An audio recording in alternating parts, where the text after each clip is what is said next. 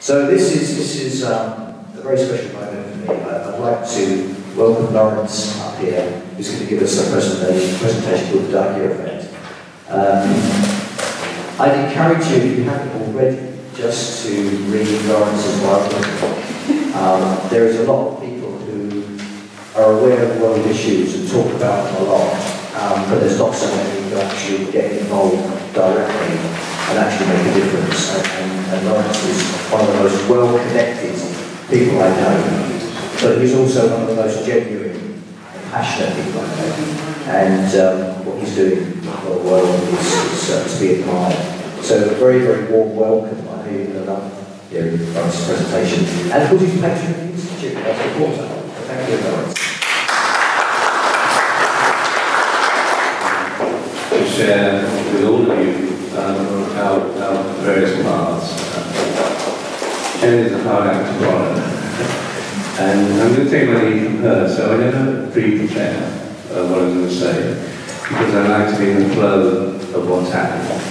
So I'm going to start with a phrase from Desiderata, and I want you to see what I'm saying, or hear what I'm saying, or feel what I'm saying within that phrase. The phrase says, no doubt the universe is unfolding as it should. I rarely share my own journey, and you can look at what it says in my biography. Now I'll tell you the true story, the real story, the real thing. I'm going to take my lead from you, Jen. So I was brought up with a very simple mantra, and the mantra said, if you're rich, you're happy. That's it. Very simple. You've got to believe that, and you know it's going to happen.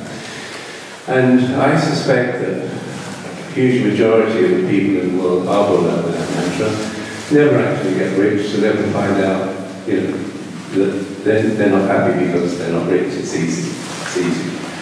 But what happens if you actually get rich? Then the problem starts.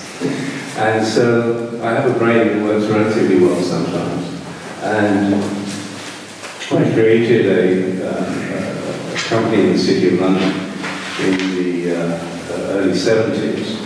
And our joint got total fees in 1974 when I was paying my secretary £1,000 a year, which was £200 a year more than anybody else.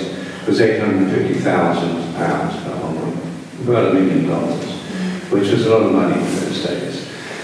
And so I went out and I bought myself a 7-bedroom house, a 6.2 litre Mercedes 500 SEL, I want you. And I remember to this day sitting outside that large house with a beautiful wife and a beautiful daughter and feeling the steering wheel of the Mercedes and thinking, is that it? Is that it? And that moment was so dramatic, because I went unknowingly into a huge identity crisis. My entire world had really imploded, because what I had thought was going to be a reality wasn't. But what I realized was there was a kind of coat hanger, there was a jacket on the coat hanger, and the jacket had said, will I ever make it? The coat hanger was anxiety, will I ever make it? And then I made it, and you know what? It said, will I ever keep it? So then I had to spend tens of thousands of pounds in those days with tax advisors and solicitors and all of that nonsense. So what did I do? What any intelligent person would do?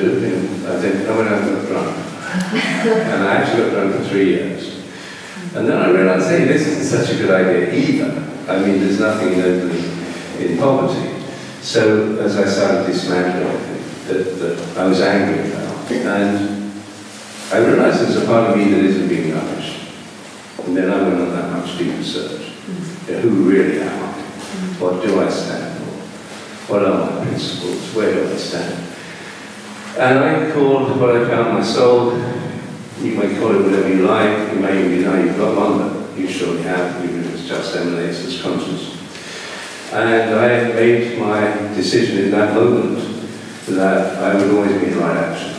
Whatever it took, I would always be in right action.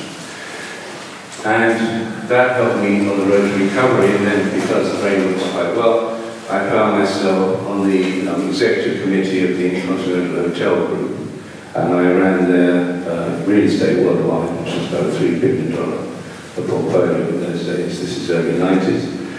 And I had a deep feeling to create environmental management for the hotel. And it was the 90s, very early. Milton Friedman had become the great guru. So following the sort of 70s hippie, let's express ourselves. It was all about freedom of expression. And I came in the material world and said, yeah, express yourself through what you buy. And so, you know, Ford famously said, you can have any colour, you can have a tea Ford in any colour you like, as long as it's black. So what industry then realised is express yourself through what you buy, and all of a sudden the choice of extras on motor cars, things like that, became enormous. So that deep desire for the expression of self was hijacked into an expression, express yourself through your material possessions. It's very important to understand that, because we need to go back to the expression of self in a way which is not contaminated by material pressures of the media and so on. And you're only a good father if you buy this insurance for your family. You're only good mother if you do this and that.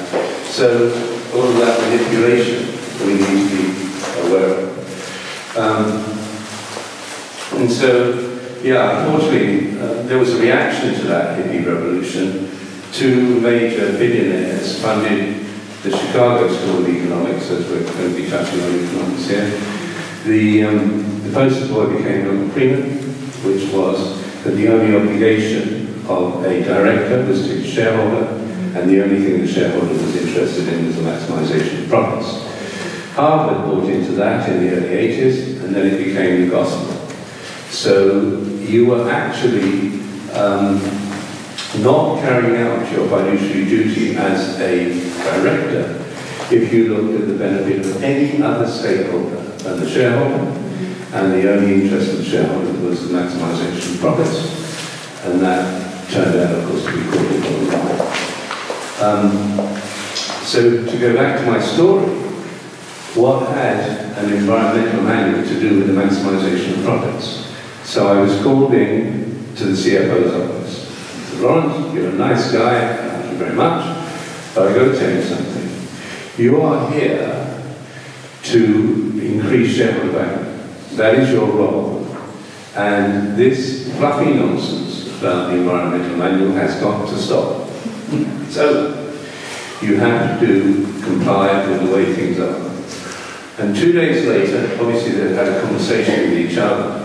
The COO called me, and he said, quarterly bottom line.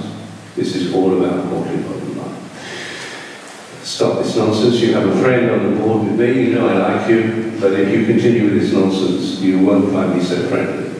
So it really threatened me in a big way, and I knew that if I lost my role on the main board, I would be cast as a troublemaker, and my life in big business would be over. And there are 1,000 people who would take my job, again, about the sustainability manual. But I made a vow to myself to always be in right action. That was my story. And it may change, but that's my story at the moment. And so I stuck to it. And I stuck to it, and I stuck to it. And it was such an anxious time for me that I would dry heave into the sink every morning, knowing that there were two main board directors that were out to get me, and had fought their way to the top. I was, for various reasons, parachuted in to do my job there. So I was out of my depth in terms of self-protection, and it was a very difficult time. To cut a very long story short, they weren't successful. We created the environmental manual. It was picked up by Prince Charles because my CEO, John Van Praag, was on business in the community, and Prince Charles asked him, what are you guys up to? And he told this environmental manual. So he looked at me and said, oh, can I adopt it? So John said, yeah, of course. So he invited all the five-star hotel chain to Highgrove, and he offered them the manual, now his manual, the Prince's manual.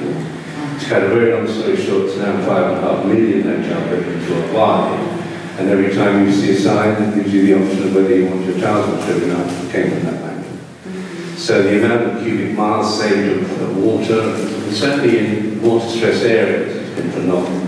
And detergent was our most polluting product. So it's been a journey for me, but always based on right action and what difference I can make. And so I see we have three converging crises, major converging crises: environmental, social, and financial. Massive. Each one is massive, and they look separate, but they're not. They come from the crisis in values. And that crisis in values hasn't even been a crisis, and it's the one that is so beautifully referred to by you, Irvin, and it's one that we're all conscious of. And you, Jenny, whether it's science, whether it's storytelling, and simple, is that I'm going to use your phrase, John, because it was the best phrase. That's the phrase I use. So me, you, us, we. The lens through which we see the world. We really need to think about that. The lens through which we see the world. So the problem, the deeper problem of the value system is every time we see the world as separate and broken, fractured, that leads to conflict, it leads to disharmony, it leads to war, it leads to fear. And every time we see the world as one, as us being interconnected, it leads to the exact opposite. It leads to harmony, it leads to justice, it leads to peace, it leads to love. So what we need to do, taking Jen's point about restoring ourselves, is that we're on a journey in a very, very, very difficult time. It is, as you say, that time of transition, very, very dangerous, those next few years. And part of the challenge is, my very good friend Barbara Martello says we have to move from unconscious co-creation to conscious co-creation. But we have to discover that we're unconscious first. That's the challenge. To discover that level of unconsciousness.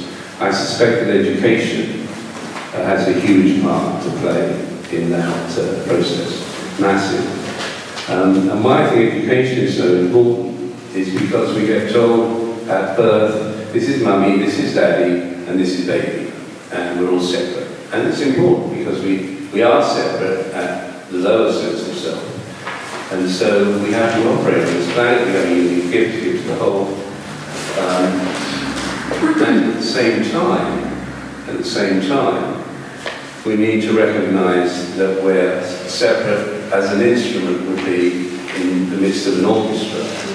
And education, which is all about what's the capital of Turkey and who won a battle in 1727, doesn't really put us back together.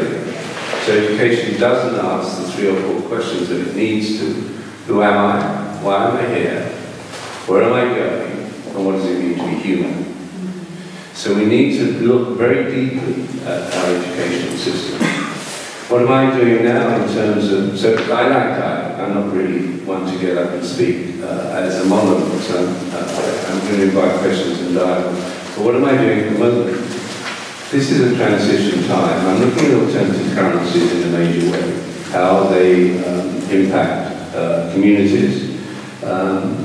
And the advent of Bitcoin and the blockchain is massive in that area. So those of you who are interested in alternative currencies want to talk to me about how I'm investigating the energy and power of blockchain and Bitcoin, please do so.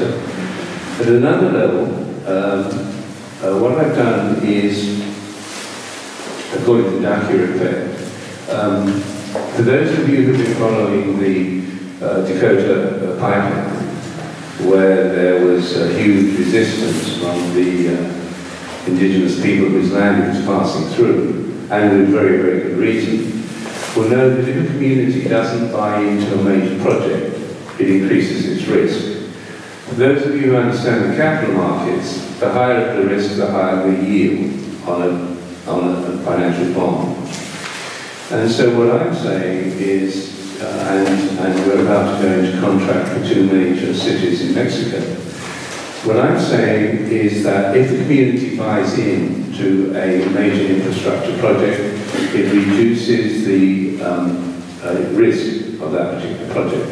By reducing the risk, you can play that lower interest yield forward and raise something like 5% of the capital value of the bond, which is then directly placed into the community. So, again, I can go into detail privately for those of you who are interested, but what this means is this, that the community then have 5% of the capital value of the infrastructure bond. That may be, they're never less than a $300 million ticket, so it's a big ticket. So you're not talking less than $15 million going direct to the community.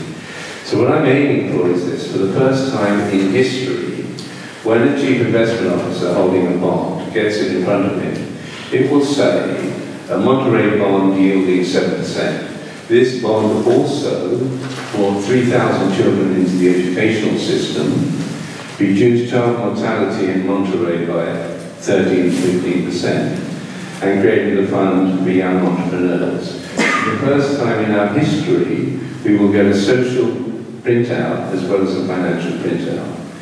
And in the same way as the towels caught on, it's my belief that within 3 or 4 years, whether you're JP Morgan or Goldman Sachs, you're actually going to be asked what is the social impact of this particular bond. So that's where I'm at the moment at that particular level. To go back to our other conversations, I was privileged to spend 7 days, actually a little bit more, in Colombia with the Kogi indigenous people some weeks ago, going through some quite difficult initiation. And I'm becoming clearer and clearer that it's the releasing of self, that the smaller self, and the capacity to merge it into a larger self that's really important. It is our story. And if I could just quote, some years ago I was with a Kundalini guru in India, and after about 10 or 12 days I couldn't stop writing poetry. And the first verse of the first poem that I ever wrote was an instruction to myself. And it said, first you have to let go. Only then can you truly surrender. Only then can you truly trust. And only then can you truly have faith. When you have faith, you can enter the gateway. And when you enter the gateway, you stop living life. And life starts living you. And then you dance. Because that's all that's left to do. And my concern is we're so busy trying to identify the sound, the music, that we're actually forgetting how to dance. We're forgetting how to flow. But we are in transition. This is a most remarkable time. It's a great privilege to stand in front of you. But we all have our own ideas and questions, so I prefer just to start there. But recognizing this is not a game for sissies. This is a game for people really committed to making sure that they can let go of that smaller self and merge into the larger self. It's a very difficult job. Because maybe, Jenny, we talk about storytelling, maybe there's unstorytelling. That we have to forget the stories we made up about ourselves in order to move on. Yeah. That's it, thank you. And I really have a question. Yeah. I would just like you to ask you to elaborate a little bit further about your experience as a business community. Right. Because one of the questions that I carry with me all the time is, how much scope is there for rethinking, re-narrating the story of what that is all about from within the business community? It's a really, really great question. I have a friend called Jeff McDonald. Jeff was head of human resource at Unity, and he was very friendly with Paul Pullman, who's the CEO. Jeff suffered from depression, which he tried to keep private, because you don't share that with your employer. but he also knew that many other C-level suite executives were also suffering from depression. In fact, I should tell you now that the fastest growing disease among C-suite executives of the top 100 companies is depression. Paul, because he liked Jeff so much, Paul has funded Jeff to create Bridges, which is a group of C-suite executives suffering from depression. And he asked me to give some advice about mindfulness and so on. And I wrote to him a few weeks ago to say, this is touching on what Jen said, to say, Jeff, could it be that depression is a natural reaction to a dysfunctional system? And why is it a natural reaction to a dysfunctional system? Because if the system's only purpose is to make money, that is not what the soul came to do. I learned that when I was 30. So the system itself is in crisis. The problem is it has a huge momentum. I'll let you into a secret. It's dysfunctional. It's so dysfunctional that most of the people who are running it are dysfunctional too. Because if they weren't dysfunctional, they couldn't run it. It's really difficult. And I'm a member of Davos, and so one night I had a huge conversation with one of the senior directors, or certainly one of the main board directors of DuPont, talking about some of their chemicals. And he was defending, and he wouldn't budge at all. And we both went to bed agreeing to disagree. Now, Davos is quite huge now. There's about 1,500 people who attend Davos. And this guy sought me out the next morning. He actually sought me out. He said, Lawrence, you know what? I've been thinking about this overnight. You're right. You're absolutely right. My wife is captain of the golf club. I have 2 children in private school. If I stand up for what you said, my role at the main board would end almost immediately. And there are 1,000 people who want my job, and they'll vote. So there is momentum here, very, very dangerous. And I'm not sure how the transition will take place. It's a great question. I think it's this. There's a town called Monterrey in Mexico where a miracle has happened. And this is something that I'm focused on. So the cartels moved in to Monterrey. And Monterrey is a huge industrial town. They have 10 of the leading families in Mexico actually run Monterrey. And they treated the local community very poorly, really like serfs. And so when the cartels moved in, they were welcomed by the community who saw them actually as more beneficial to them than their employers.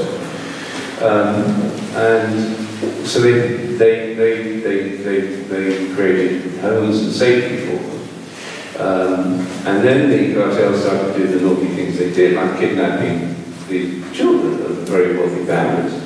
So some moved out. Others have been there for 5, 6, 7 generations. They weren't going to move out. But this is a true story. This is not an analogy. They weren't going to move out. And they couldn't get the police to enforce anything because the police is totally corrupted too. So the only way they had out of this problem, and that's why we started our business in Mexico, the only way they had out of this problem was by coming together with the community. So the community and big business in Monterrey got together to create a program based on what the community wanted in terms of health and whatever else. This is really important to understand. So for the first time in history, business actually went out of its way to enlist a cooperative relationship with community. They worked out what they wanted to do. It was a 15-year plan. Then they, the community and business, interviewed the people who wanted to be mayor and asked them not what the strategy was to create these various platforms like education and healthcare, because that had already been agreed. The only purpose of the mayor was implementation. How are we going to implement this plan that we, the community and business, have come to agree on? And so, in structure terms, the mayor moves from a CEO to a COO. And then so the mayor that they feel has the best plan for implementation, she's the one that gets elected. Now this is really important at this point. The community and business visit with the mayor once every 2 months to ask how's the implementation going, and if they're behind or it hasn't happened in the way it's expected, the question is, what do we have to do to help you? So this is not what we call in the UK a punch and Judy exercise, with everyone telling the other one that they're not doing it right. This is how we're going to come together to make it work. And so Monterey is the first town or city that we're involved in to create our process to give another 20 million directly to the community and help community and business, and then feed to that model. So the nation state is over. It was useful to stop the 100-year war in Europe, and it's reached its zenith. It has no purpose anymore. Where we're going to go now is the city-state. And what's happening if I can just go to the global picture, what's happening, I believe, in America is that the guy in the White House is straight out of central casting. The guy's a genius. He's absolute genius, because he's showing everybody that they cannot expect to depend on national governments to provide them with the sort of nourishment and inclusion that they promised in their manifestos and coming up to election. What is happening is an overt collapse of that, and it's forcing out complacency. In fact, I think you mentioned that. There's no room for complacency anymore. This guy is perfect for the job. He's a divine comedy. I mean, if you can see the joke behind it all, it's hilarious. I mean, it's like a Peter Sellers comedy school. The guy is ruling by tweeting. I mean, hello? I mean, everybody seems to be in despair about it. This guy, so what did he do? He took down the entire information on climate change from the White House website. 3 days ago, Chicago, the city of Chicago, put it up completely on their website. The game's over. If you want to look at the biggest thing that's happened, I've shared it with some friends, it's so huge you can hardly imagine it happened 5 days ago. The largest investor in the world is called BlackRock. They had $3 trillion worth of investments. Let me tell you what a trillion is, just so you get the limits. A million, if every second is $1, is 10 days. A billion is 33 years. A trillion is 3,300 years. So they have $3 trillion that they have invested. And they have now come out publicly, and they have said to every major oil company, we will be at your AGM, and we will be asking, what are you doing with our stranded assets?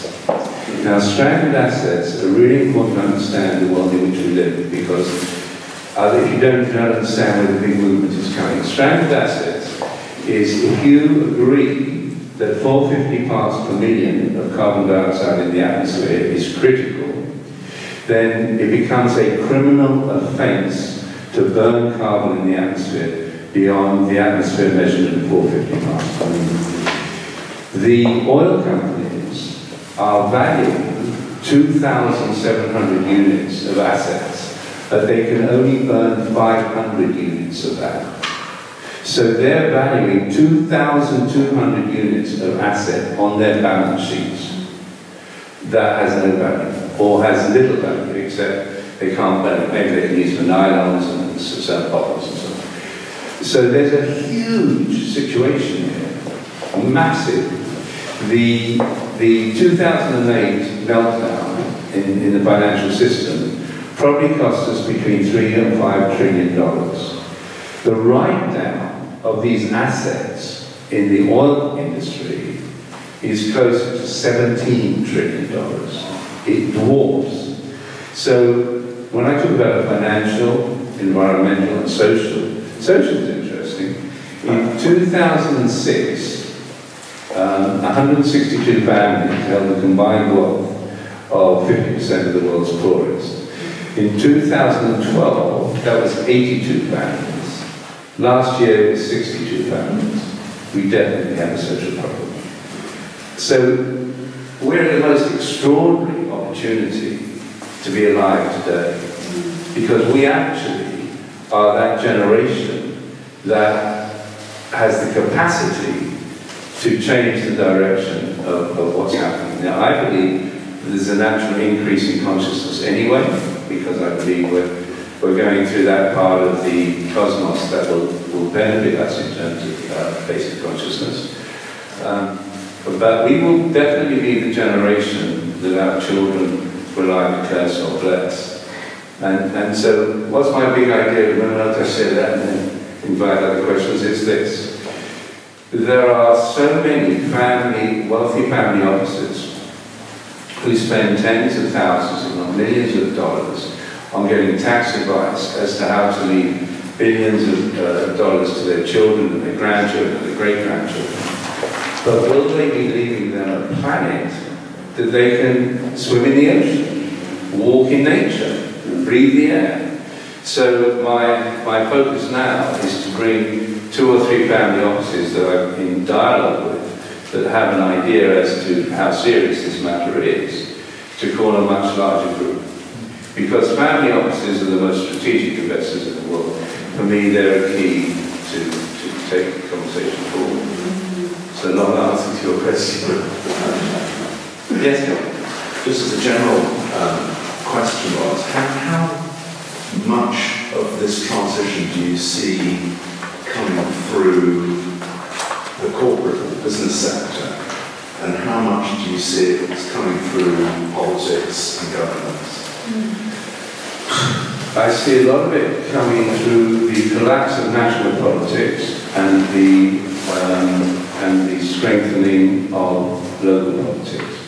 So I see an implosion at the national level, and I see every politician desperately trying to say we'll make France great again and we'll make America, because the game's over. So I see a major implosion there. Local politics are much easier because the mayor is in touch with the communities, much more manageable, and so I think we're going back to that process now, and then eventually the city will be just an agglomeration of communities coming together that will determine exactly how we go forward.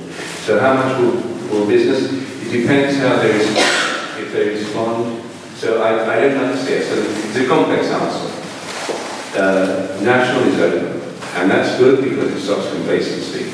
Local will become more important as we filter down to local communities, which in my sort of thought of what a great future would be the local communities that dictate themselves what they need, and then the higher echelons will decide how to make that happen.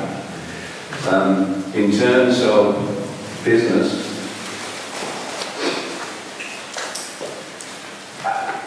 I hope that we don't get a serious collapse, and that would be a wake-up call. So my concern is that, and again, this is what Laszlo talks about, on one hand you have anarchy and breakdown, and how we handle that transition with business is really, really important. So we have to be really wide awake. So I don't know the answer to that. Henry Ford, who was the arch capitalist, his guys were earning $3 an hour and working 6 days a week, and he suddenly realized, this is crazy. They can't afford my cars, and if they could, they only have 1 day of leisure, which means that's when they fix all the stuff they have to fix. So they really don't have. So overnight, he raised their salaries to $5 an hour, and he made it a 5-day working week from a 4-day, from a 6-day working week.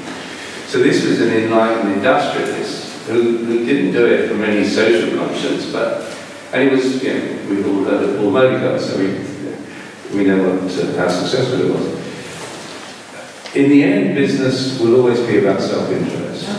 And so this story, this is why it's so great that Jen started the conversation. We have to have a new story. We have to talk about how we end this milk agreement poison about shareholder value. How each stakeholder, so shareholder value's best interest is to look after stakeholders. So there are lights everywhere. It's really important to us to connect them and have a series of meetings to bring the people who are working to create the light together. So a very good friend of mine, Patrick Petroni, he just asked me to become trustee of the board. So Patrick is an extraordinary being. He was complimentary doctor to Prince Charles. He was dean of the medical faculty at Westminster University, and he's creating an entire project around compassion in business. So he's just been throughout America. He's had 7 of the major colleges in America sign up, including Harvard, interestingly enough. And he's got a session in August, 5 days, with deans of the business faculties to embed compassion into the MBAs. So he's totally reversing the process that the Milton Friedman started in the 1980s. So there are lots of interesting things going on.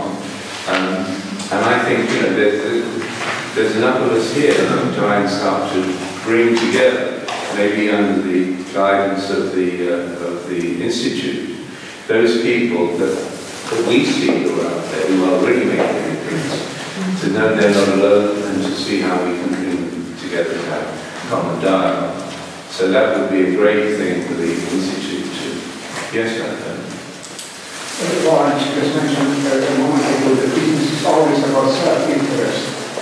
Fine and good. The question is, what is the self? Exactly. Also, the question is whether this realization,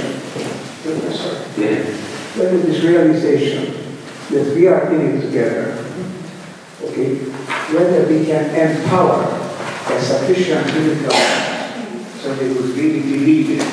And I quite agree with Margaret Mead who said a small group of people can change the world, but I would add, if they have the right ideas, if they come at the right time with the right ideas, because another famous saying is nothing is as powerful as the idea whose time has come, you see. So now I think there is a critical task, a crucial, important task in front of us, to give legitimacy, the power of understanding of legitimacy, that really this idea that we have a new story is not just, I say, just a story. It's not fiction. Yeah. We are doing that way. And this rise of consciousness is happening because this strain expresses itself in depression of the living people. It is there in the frustration. It is there in the election results because people want change. No matter what, they want the change because it doesn't go like it is now. You know, there's populism and that. So all this is happening. Give that minimum power of conviction of legitimacy. So this is a real story. I think it could make a critical difference. And this is what I think one of the tasks, perhaps the main task that we would have in the new paradigm. Give legitimacy to the idea that we are one, and this comes from the same science that shows how the atoms behave in a molecule and how the species behave in the biosphere. This is the way we are on this planet. And we either recognize this and act like this, or we want to go down. See, this recognition is that giving the power of legitimacy. That's why that's the task of the paradigm. That's why it's so important what you are doing to bring this idea to the people who can make a difference. Yeah. Thanks. I really appreciate that. Maybe the Institute is a vehicle that we could start to use because of your reputation in your field and mine in mine, to have a series of dialogues from very big business, quiet dialogues, to talk about how one would move into that new paradigm. Maybe that's why you set this up, because it seems to me to be a very powerful platform that we should all, literally all work together on. There is a desire to change.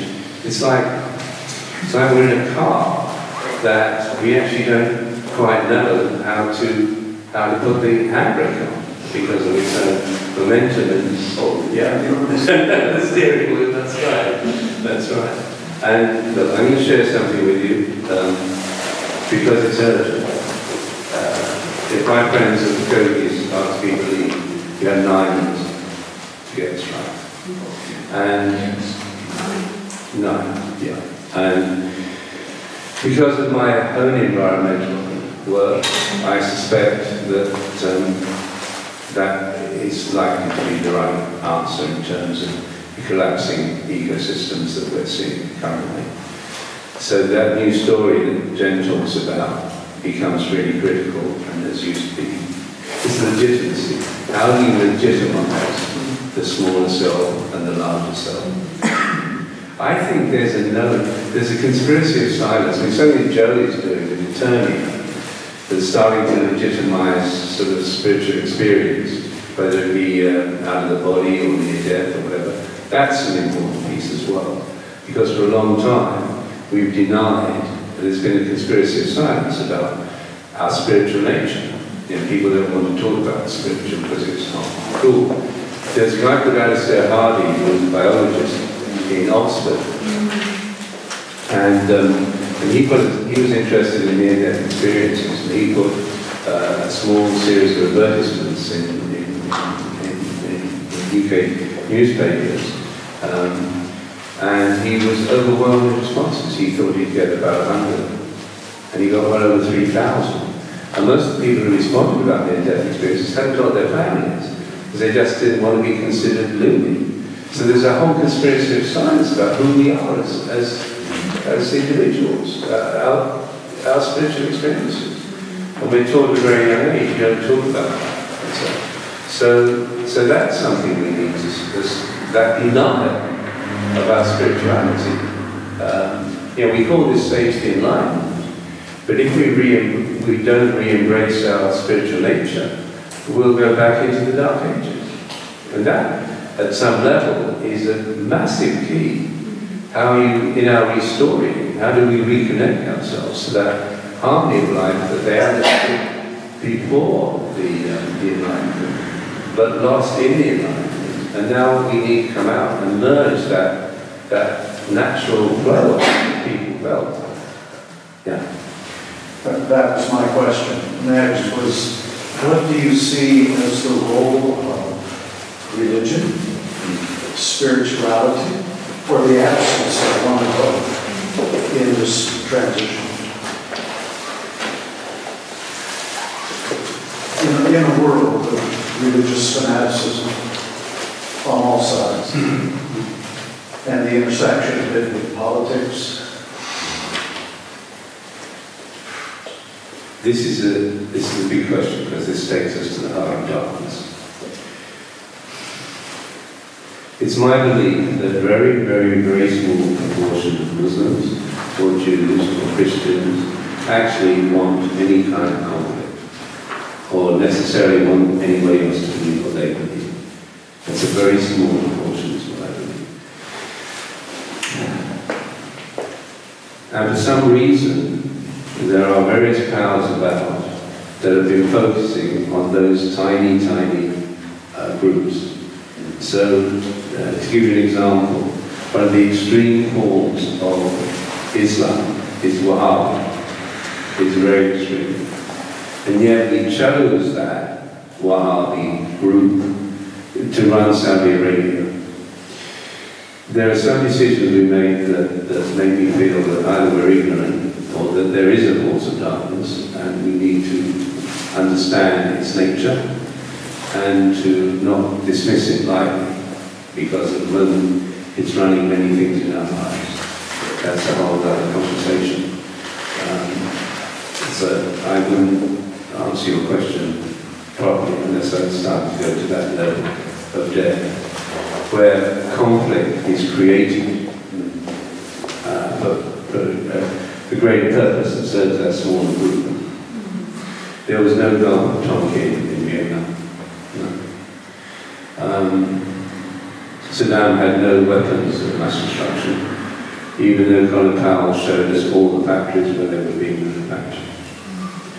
This is a very serious conversation, but there is a seat of darkness that needs to be understood and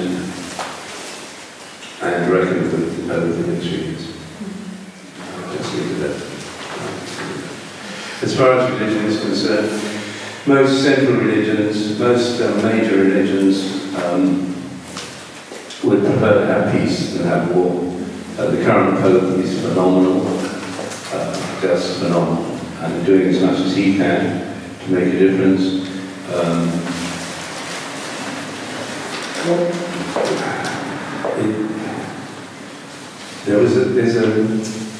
There's an Indian conversation, an indigenous Indian Native American conversation about, I have two wolves inside me, the greedy one and the loving one. Which one will win is the one I feed. And I think that there are more people within religion who want peace than don't want peace. And yet we tend to seem to feed to the ones that don't.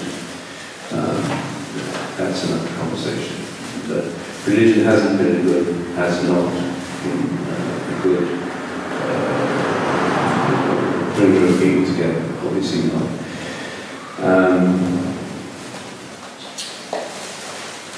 I think if we could just have peace between the religions now, it will probably take another 3 generations before we realise that we don't need it. We just need to be well.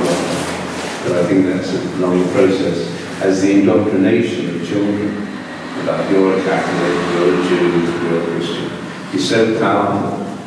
It's losing power. It's losing power, but it's still very powerful. And so I think it takes some generations before it dissipates. But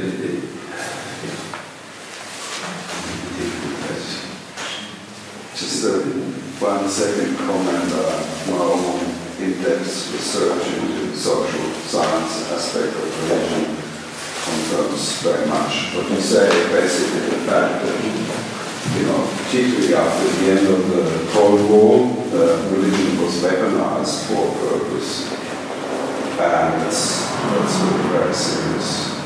So we understand the same truth. That's what I mean to say. And that's a really difficult one to undo. Yeah, it's one of the greatest success that the guys in the kitchen want to do with each. So we should really end up on a positive note. Miserable experience of life, feeling depressed. I think the universe is unfolding. I think this is a hero's journey in terms of surrendering. The hero ultimately surrenders the lower self to the higher self, and the higher self is in the flow of life with all of us. We just have to be clear what our gift is and make sure that that's what we contribute to the whole. And I'd like to end up just acknowledging you for creating the opportunity for so many of us to come and have this discussion. I can see the Institute becoming more and more powerful, more and more influential, and those of us that have the same feeling, maybe we should get together and work with you on planning the next steps. Maybe this is one of the many lights. And we're not alone, there are many other lights lighting everywhere. But let's work in the light that we can see. Thank you all, obviously, all here to make a difference, and have a good night.